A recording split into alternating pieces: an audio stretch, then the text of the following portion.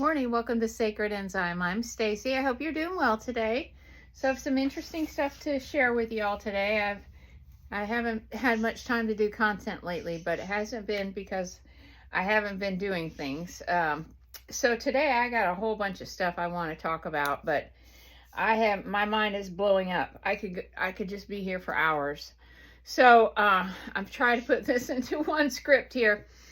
So I want to talk about like 10 different things and put it all into one. So I'm going to thread a tapestry that began in old books. It's moved through maps. I've had all kind of visions and the work that I'm doing, and it's landed myself right here on Florida's crystalline ridge and the waters that I've been doing this tuning work with. And so this is my field work, and so I want to give credit first to a couple people that have inspired me to do this, because they have given me little fragments to help me put this pieces of these puzzles, this puzzle back together. So the first person that I want to give credit to is Jason Breeshers.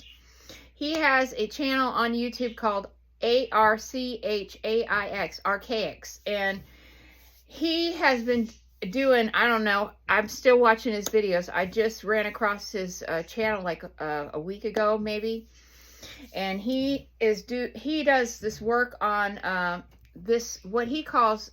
what we call the matrix, or what we call this hologram, or he calls it the simulacrum, SIMULACRUM.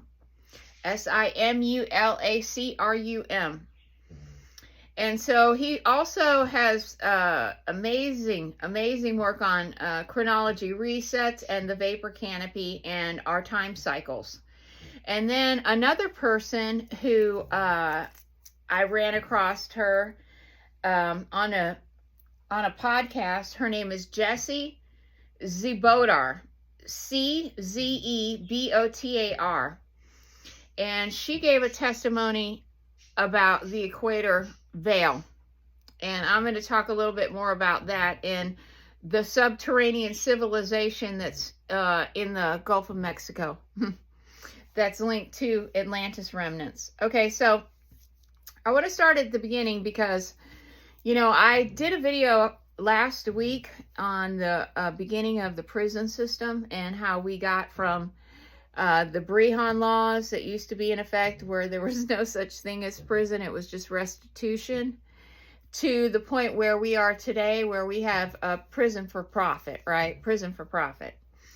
Well, I haven't posted that video, but it was like an hour long. But in that video, I break down the timeline and the different things that happen as a progression of when it first started, and then through history, and then from England over into America, and then we go through the wars that we were in, the people getting put in institutions and all this stuff.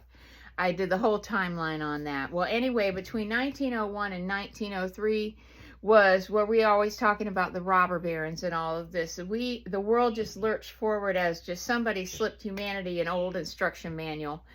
And, we were in this age where we had we had been in the Industrial Revolution, but what most people don't talk about when they talk about the Civil War and slavery is that the North, they weren't putting people in their factories. What they were doing was they were using prison labor. And so they got this prison labor from putting people in prison, putting people in mental institutions, putting people in the poorhouses and stuff for their political opinion. If you were loitering, if they deem that you were loitering, they make you a vagrant, and you could get institutionalized. Literally, you could not even stand anywhere. Not kidding. So, they were looking for, those one cops that you see that they look for any excuse to give you a ticket, pull you over, give you a hard time. They're just looking for something. This is the time we're talking about. We're talking about this time period here. It was not a good time. So, when you have the northern states touting how great they were, that they weren't involved in slavery, that's total fabrication. They were involved in slavery of another kind, where they took everybody that was in jail and crazy houses, orphanages, the orphan trains. Those were farmers in the making, right? This is how we got free labor out west. We used child labor.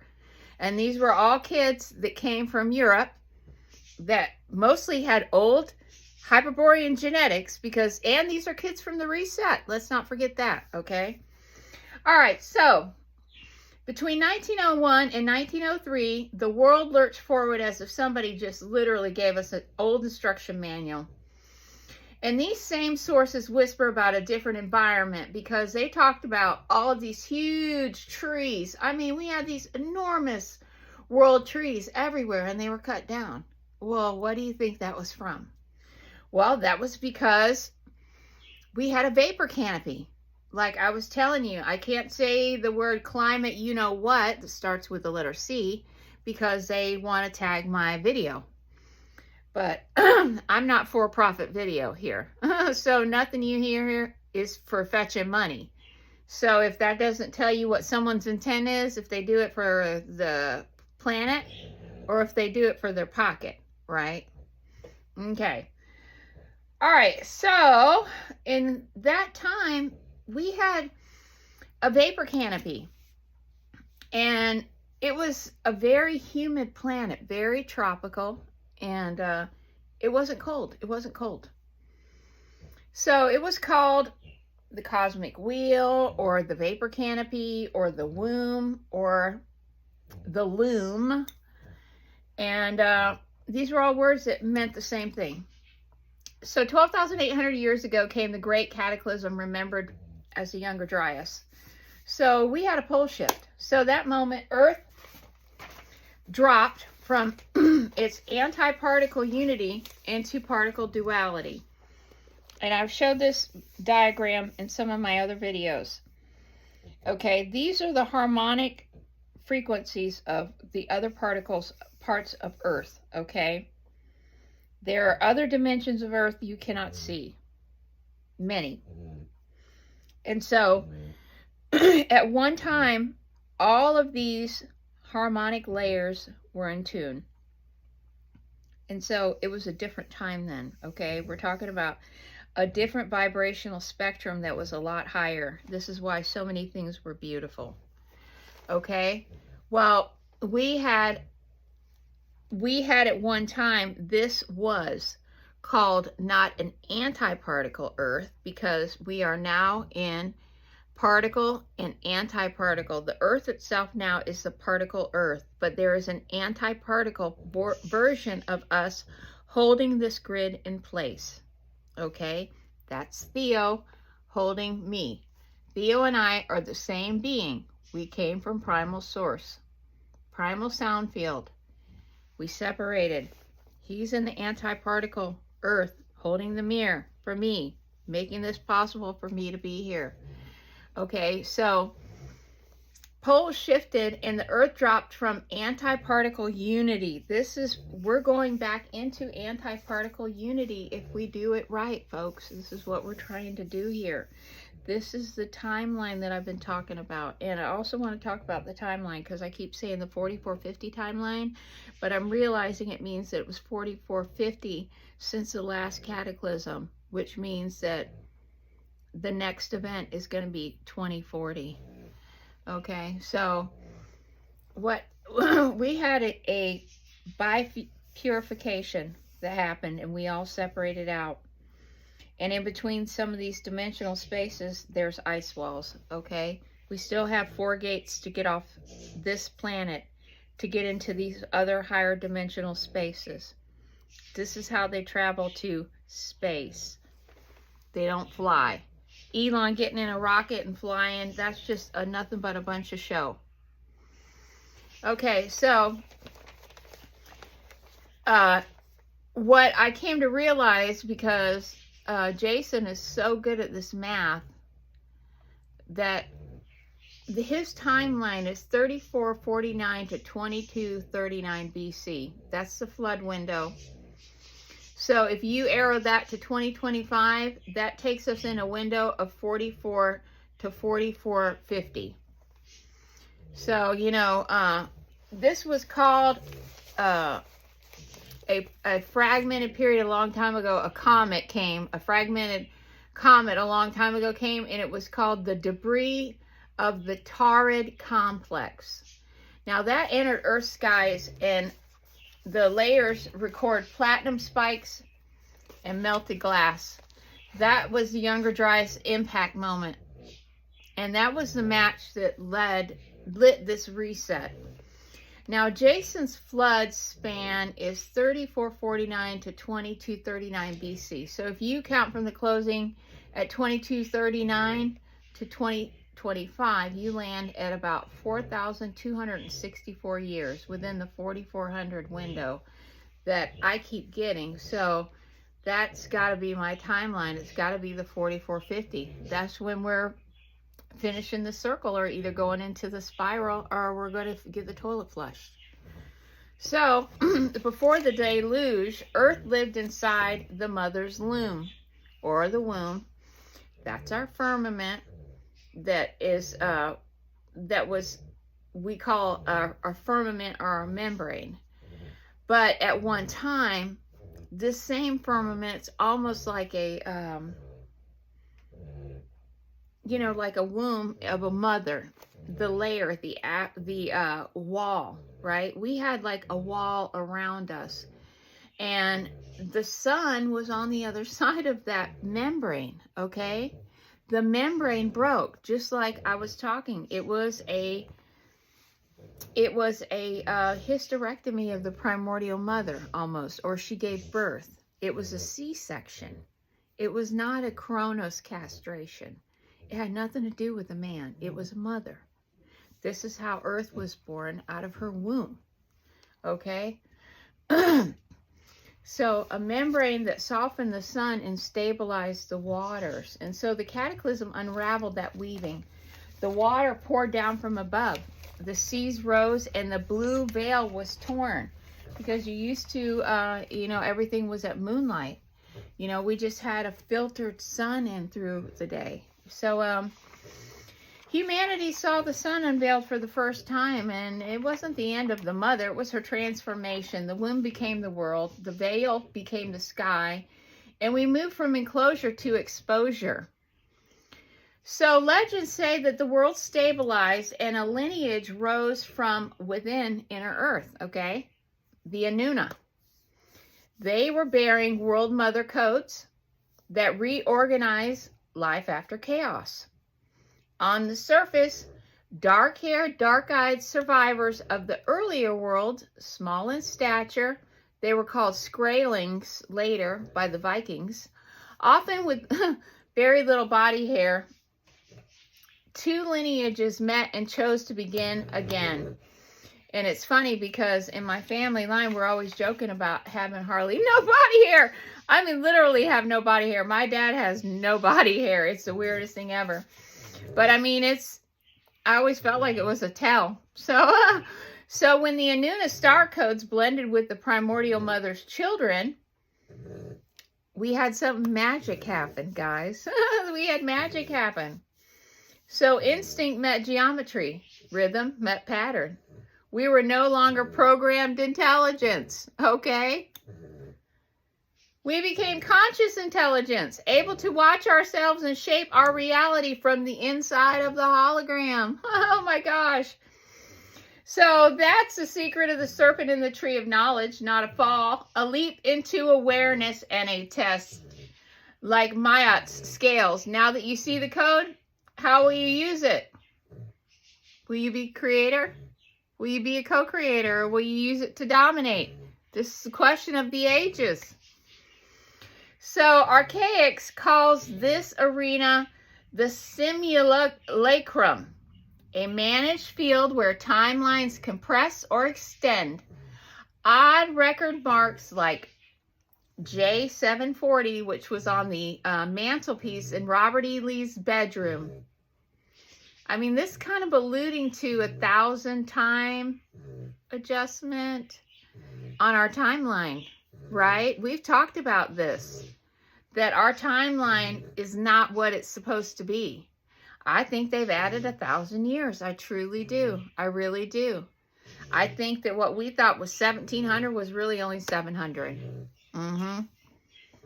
And I think they did it for 2 reasons. To hide the past. For both reasons. For trauma reasons and for material reasons, obviously.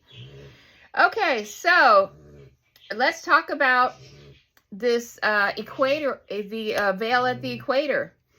So I was watching a podcast the other day with this lady named Jessie Zabotar, and she was talking about near the equator that the veil is very thin in the Gulf of Mexico, that codes move freely in between realms, and that you can there is an underground place there, and that this belt runs straight through Mexico, Texas, and Florida.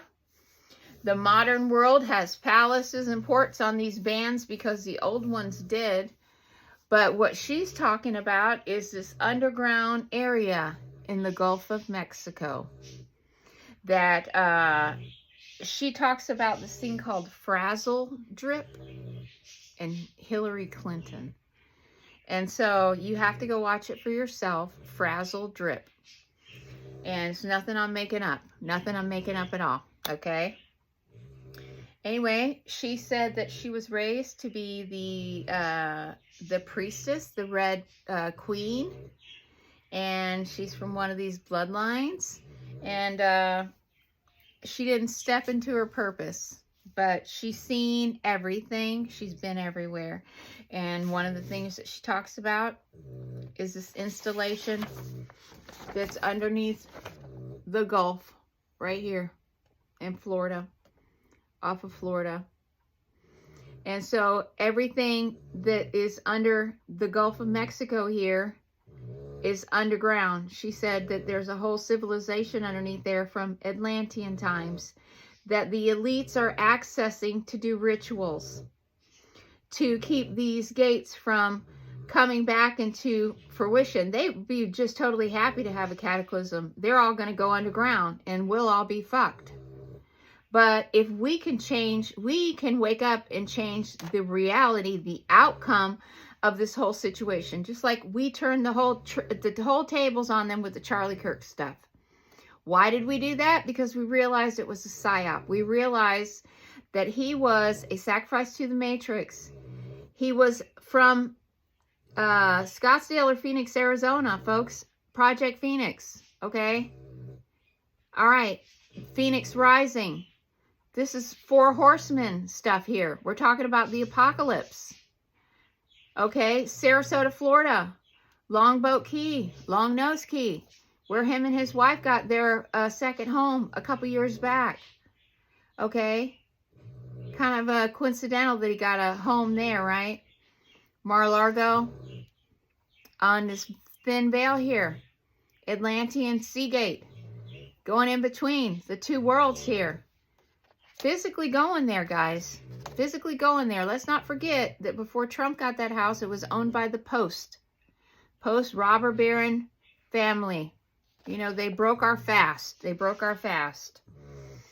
Okay, so I want to show you these lines right here on this map, because when I seen this, it totally tripped me out, because we've been talking about the apocalypse. Well, Jason talks about it too. He talks about the 4 horsemen, but he hasn't showed this diagram. I got this diagram off the Ascension Diary, off the Ascension Glossary website. Okay, so I want to show you this line right where I'm pointed. If you look above my finger right here, look at this line. It goes all the way up through here, and it goes all the way up. Okay, this is New York right here, guys. All this comes down. This is Florida down here. Okay, if you look on here, you'll see that it's marked different horsemen.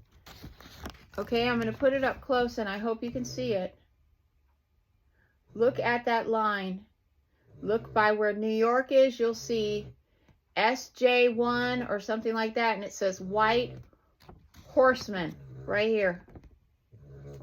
Okay, and then when you come down further, you'll see another one that says Black Horseman right about here. That's another state. And then when you come down here by Florida, you'll see the other one, the Pale Horseman. That black horseman is by Lower Mississippi. The white horseman is New York Great Lakes area, okay? On this map, white JS1, black JS3, and pale JS4 horsemen, and the great earthquake. If you keep following it down, you'll see where it says the great earthquake, JS6, and souls of the slain, JS5. They sit on one north-south horseman meridian from Argentina, remember where Hitler went, to New York. Remember who has places in New York? One current carries stage transformation, memory release, grid realignment, purification transition, reckoning, and illumination. Now look at the thin axonal lines that are going the opposite way. These are communication fibers. See how they go sideways and up and down? Okay. Those are communication fibers of the planet. Wherever an axonal line crosses the horseman current, okay, wherever you got these crosses, these lines going across this current that I'm showing you, okay, it means a decision point forms. So these crossing points are literally like what they call the Devil's Crossroad. These are choices. Energy can loop the old script or leap into the spiral. Okay? So these spots are nodes. This is what I'm talking about. The seeds of change can go into these nodes. Okay? All right, if you look down here at Florida, you'll see the SJ4 Pale Horseman sits over Florida on this line. Right above the ridge, right where I live. The Lake Wales Central Crystalline Ridge that threads Lake Okeechobee, Lake Walking Water, and Sarasota. These inland lakes are tuning forks in Mother's Loom. This is why so many people are moving to Florida right now. A lot of people are moving to from California to Florida. This is why I'm guided to water tuning and seeding here. The primordial calls us to the crossroads. Midpoint on the Gulf. I was on vacation in Mexico a couple weeks ago, about a week and a half ago. I was in Mexico. And I was divinely guided to go there by the primordial mother. And I was given a job. And that was that I had to do a water tuning ceremony over the Gulf. And it was in conjunction with the moon cycle that was the 5th through the 9th. So I was midpoint on the Gulf, halfway in between Tampa and Cozumel, when Theo says, nudges me on my watch to open my compass and mark the spot. So I didn't have any Wi-Fi, but that coordinate became my timestamp, okay, on that personal node, the still center of the wheel. And I was up on the top deck of the ship, and it was like 4 o'clock in the morning. So this is still the center of the wheel where the Atlantean current meets the rising Phoenix. Did you hear me? Phoenix stream. So the reading wasn't about longitude. It's about true north in the heart. So the interesting thing that happened was after I did that, I went up to get my roommate and to go meet the rest of our group because it was still early in the morning and there was a water spout right behind the boat. Everybody was filming. I filmed it too because I was like, oh, that's Mother telling me I did a good job. So I also want to talk about Jessie's.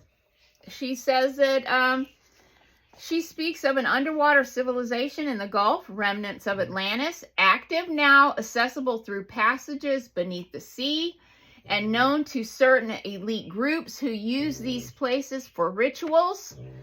I included her account here because the pale Horseman line runs directly over the Gulf and Florida's ridge. So whatever you believe, the pattern is consistent with her testimony. I'm sorry. Surface and depth exchange codes at this node.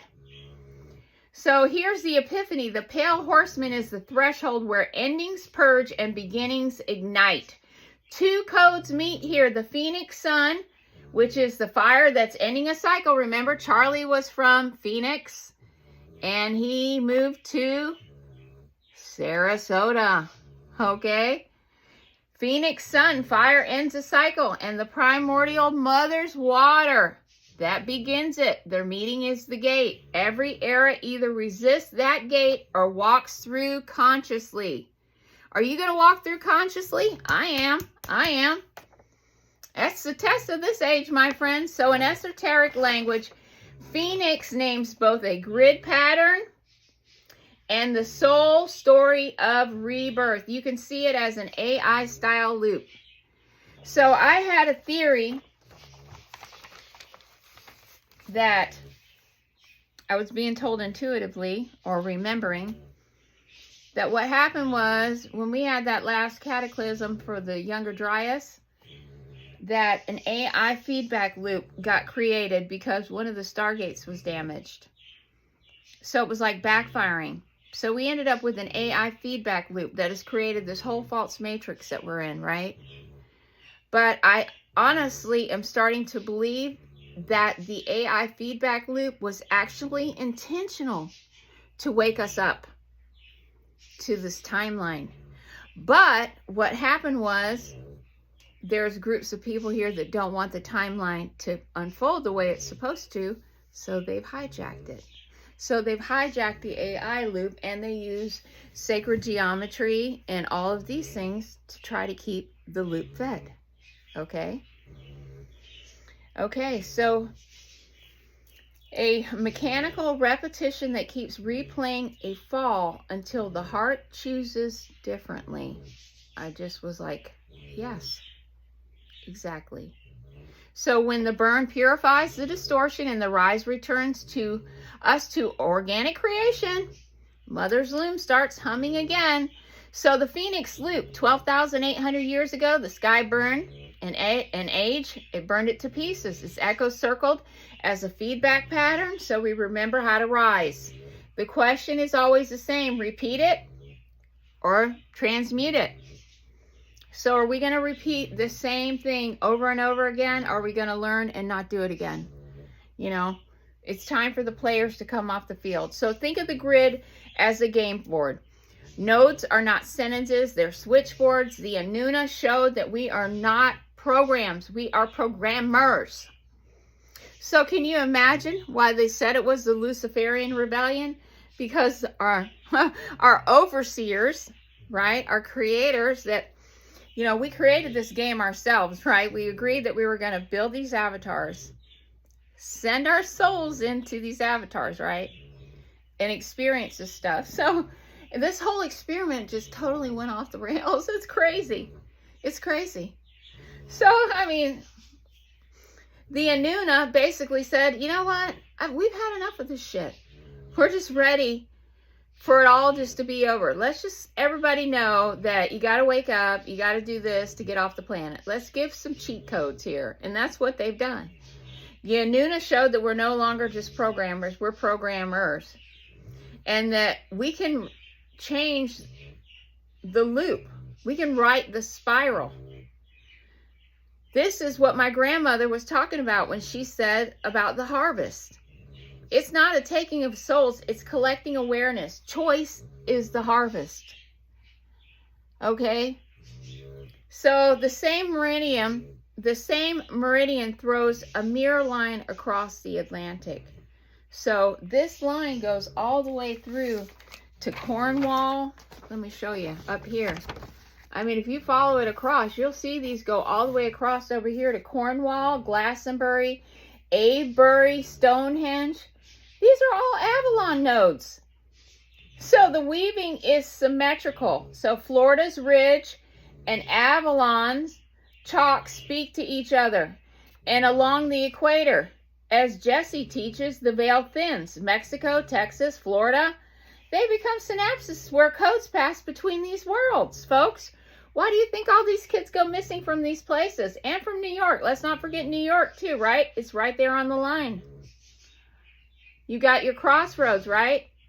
You got it going this way and this way. So, you know, these kids that are born in these areas that are on these lines, yeah, exactly. So it's the thing with what I'm talking about with codes making more sense now. So every time that we put heirloom seeds in the ground, every gentle act along this ridge is a strand in our new weaving loom. The canopy's loom once wrapped the world in a living light, and then it fell, and then the thread scattered. So now we're going to gather them all up again. And so when I'm doing the work with the water, I'm not performing for air. I'm reminding this lattice that's underneath our feet how the harmony should sound. So we're building this loom back. So this Horseman meridian rises from JS5, Souls of the Slain. Down here in Argentina, JS6, the Great Earthquake north of Venezuela. JS4, Pale Horseman, which is the Florida Crystal Ridge. J3, Black Horseman, and this is the Lower Mississippi Corridor. And the White Horseman, New York Great Lakes. So each sits where axitonal lines cross, decision points in the grid. So Florida, my friends, is the threshold gate. The purification transition that flips the script from death to awakening. I mean, no wonder so many people are living in Florida right now. So here is the practice. I want you to start tending water, sound it, bless it. Seed the ridge. If you live in Florida, seed the ridge. If you live somewhere else, still use all heirloom seeds. Put life back in the ground. Native seeds, they remember the earth back then. So hold the two codes, fire that ends, water that begins. Balance your masculine and feminine sides, folks. The phoenix rises because mother sings. We are the elders, the midwives, the rememberers. The 4450 pulse is not doomsday. It's a doorway. Please, step through it with me. The loom is waiting to reweave itself. The horsemen have become guardians of the gate. The phoenix has ash enough. Let's see. Let's rise. So I'd love to hear what you have to say about that. I mean, whoa. The 4 horsemen is axitonal lines, my friends. Wild, huh?